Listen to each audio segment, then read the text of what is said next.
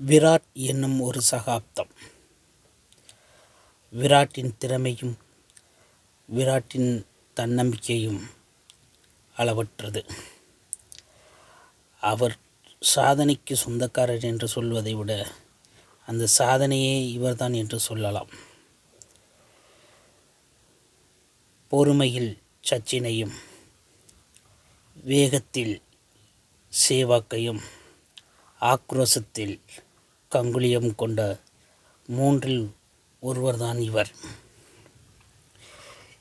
இவர் T20 போட்டியில் இருந்து தானாக முன்வந்து ஓய்வை அறிவித்து இளைஞர்களுக்கு வழிவிட்டவர் இவர்.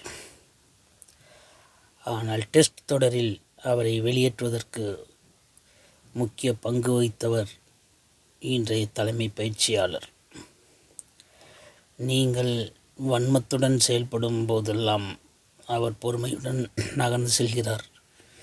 நேற்று அவர் விளையாடிய விளையாட்டு தென்னாப்பிரிக்கா வீரர்களுக்கு எதிரான விளையாட்டு அல்ல, தலைமை பயிற்சியாளர்களுக்கும் இந்திய கிரிக்கெட் வாரியத்திற்கும் எதிரான பேட் சுழற்றல்தான் அது. அவருடைய வேகத்தை நீங்கள் பார்த்திருக்கலாம்.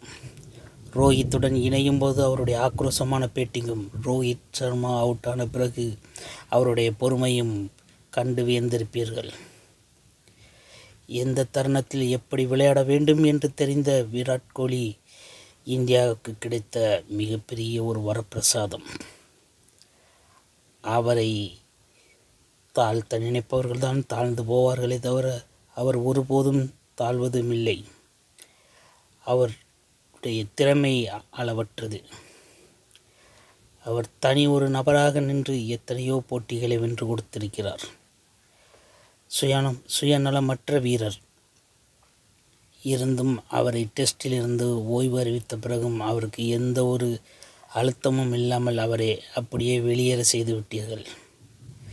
தற்போது ஓடிஐ போட்டிகளில் மட்டும் விளையாடு கொண்டிருக்கும் விராட் கோலி அவர்கள் எப்போது தடுமாறுவார் என்று நீங்கள் எதிர்பார்த்து கொண்டிருக்கிறீர்கள், அவருக்கு முற்றுப்புள்ளி வைக்க வேண்டும் என்று. ஆனால் அவர் அந்த முற்றுப்புள்ளியை தொடர்புள்ளியாக வைத்து அவருடைய திறமையை மீண்டும் நிரூபித்து கொண்டிருக்கிறார். அவருடைய ஆக்ரோஷமான பேட்டிங்கை பார்க்கும்போது தெரியவில்லை அவர் யாருக்கு எதிராக விளையாடுகிறார் என்று. எதிரணியை சந்திக்கவா அவர் விளையாடுகிறார்?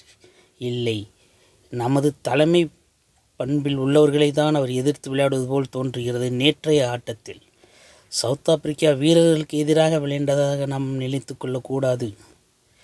இது அவருடைய திறமைக்கு மட்டுமல்ல, இது அவருடைய தன்மான பிரச்சனையும் கூட. அவர் சாதனைகள் அளவற்றது. அவர் மீண்டும் நிரூபிக்க வேண்டிய அவசியம் இல்லை. இருந்தாலும் அவர் ஒவ்வொரு முறையும் நிரூபித்து கொண்டே இருக்கிறார். வீரனுக்கான மதிப்பை ஒரு வீரன் வழங்க வேண்டும். அதை அவமரியாதை செய்யக்கூடாது. வீரன் என்றால் எப்படி இருக்க வேண்டும் என்று விராட்டிடம் இருந்து அனைவரும் தெரிந்து கொள்ள வேண்டும். அவருக்கு ஏற்ற வடிவில் நண்பர்கள் அமைந்திருக்கிறார்கள். அதனால் அவருடைய திறமையினால் அவர் இவ்வளவு உயரத்துக்கு வந்து கொண்டிருக்கிறார். அதை வீழ்த்த நினைக்காதீர்கள். தனி மனிதனை வீழ்த்துவதாக நினைத்து இந்தியாவில் ஒரு சாதனை நாயகனை மட்டம் தட்டி விடாதீர்கள். அவர் ஜெயிப்பது இந்திய நாட்டிற்கு ஒரு நற்பெயர்தான். தலைமை பண்பில் உள்ளவர்கள் தரம் தாழ்ந்து நடக்கக்கூடாது என்பதுதான் இந்தியா மக்கள், கோடான கோடி மக்கள்கள் எதிர்பார்ப்பது. உங்கள் அரசியல் பயணங்களிலும் உங்கள் அரசியல் விளையாட்டுகளையும் வெளியில் வைத்து விடுங்கள். களத்தில் ஒரு வீரனாக பாருங்கள். அந்த வீரனுக்கு தகுந்த மரியாதை கொடுங்கள். ஏன் புறக்கணிக்க பார்க்கிறீர்கள்?